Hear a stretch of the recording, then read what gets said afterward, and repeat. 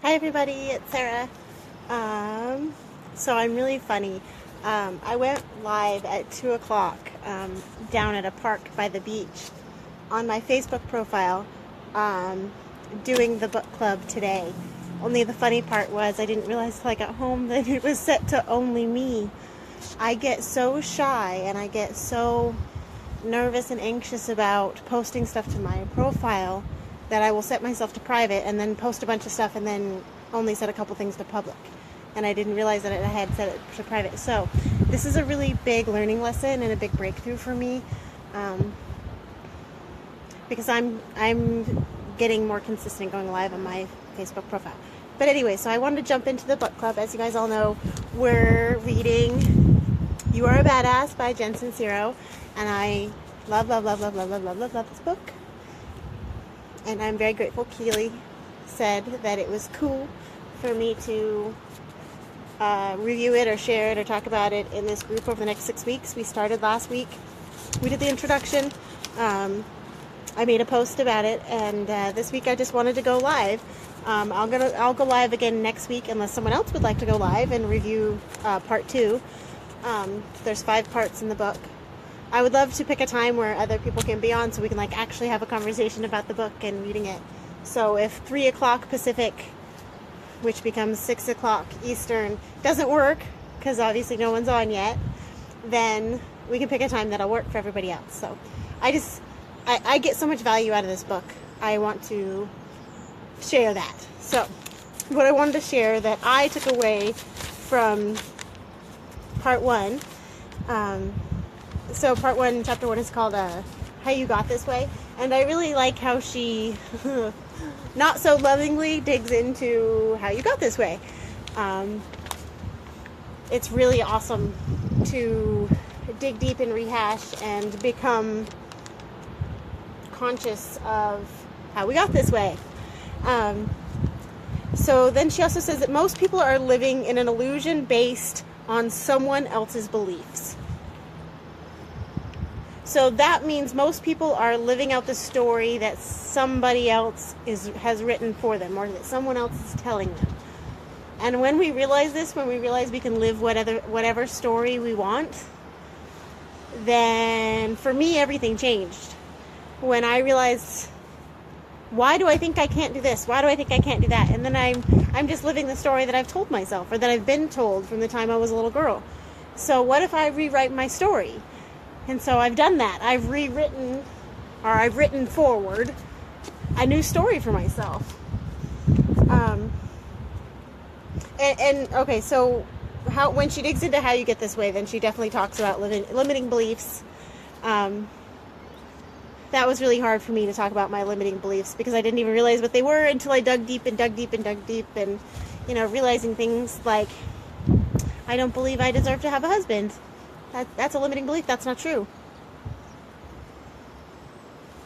I don't believe that I provide value to the world. That's not true.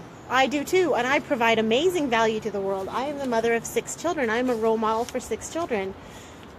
I have created a business that helps other moms. I do too have value. Oh, that is a limiting belief that I have, and it pops up all the time. And when it pops up, I do that self-talk that I just did right there, live, and that was embarrassing. But that's, those are spoken affirmations, which she also talks about, which is right in the beginning of this. I use spoken affirmations in my life every day, all the time. It is the only way that I put on my smiley face and look nice and make eye contact with people, is by doing affirmations. I kind of openly struggle with anxiety and depression, and affirmations help me put on the face, and then the face isn't putting on a face, it becomes my face, if that makes sense. I genuinely feel happy when I get done speaking affirmations. I was on the phone with a client today, and she and I kind of started speaking affirmations back and forth to each other, and I was telling her how I followed a woman who spoke affirmations and how much I enjoyed this video of this woman walking around saying, I am the leader of a team of powerful women who are inspired to lead other women. I am beautiful and I am confident and I am worthy. Today I am a speaker on the stage and I will provide value to these 75 women who have come to hear me speak. Today I will embrace my God-given talent and exercise that gift to fine-tune it. That's hard for me to do. Slipping into spoken affirmations is hard to do, but the more you do it, the easier it gets. And so when she and I did this back and forth, I told her, I'm like, oh my gosh, you should totally shoot videos speaking affirmations. Because my affirmations could be yours and yours could be mine. And what if we all started sharing our affirmations to empower each other and feed off each other when we're feeling down? Because sometimes I almost can't muster up the affirmations. I'm getting better at it because I have groups like I Love Me, and I have business partners and bestie friends on here, and I have support. But okay, I'm rambling. So that was limiting beliefs. She talks a lot about meditation and raising your frequency and increasing your vibrations, and that is such a true thing. What you speak right into your life. You know, when we talk about manifesting exactly what we want, it happens. Again, I was talking to a client about that. She said she prayed for, that was her way of manifesting. I feel like I connect to source energy and I manifest things into my life.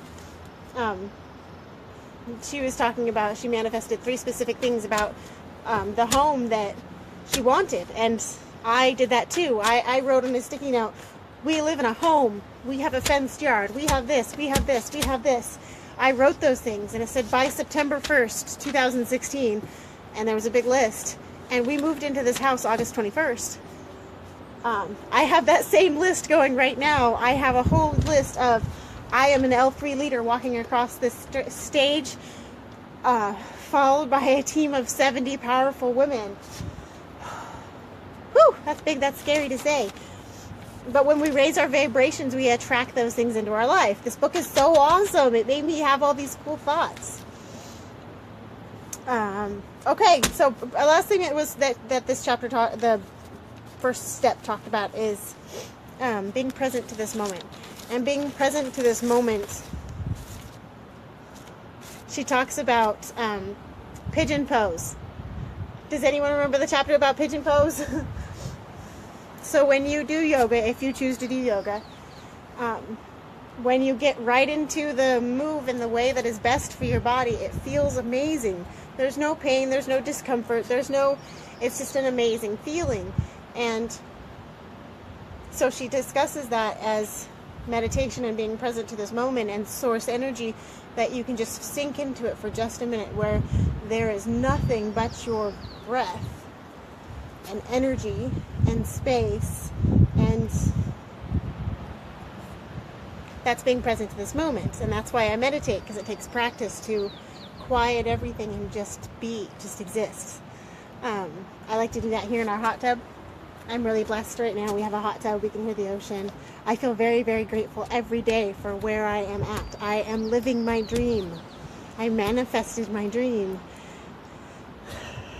Okay, so I just wanted to share the book. Hi, Jessie. I'm so glad you're here. You're the book club girl. You want to do next week's chapter? You want to talk about step 2? Here, what is step 2? Hang on. Part 2, how to embrace your inner badass. Okay, that's kind of a big one, but I'm really excited for it. All right, so hopefully by this point everyone has read the introduction and part 1. We're going to keep reviewing the book in here. I would really love to invite people to comment or share or talk about it, whatever they'd like to do, because this book is changing my freaking life. I've got another one that I'm reading at the same time that I'll share, but it's not this type. But it's funny how it is. So, all right, I'm going to hop off. I did it. I went live. Have a great Monday. Motivation Mindset Monday.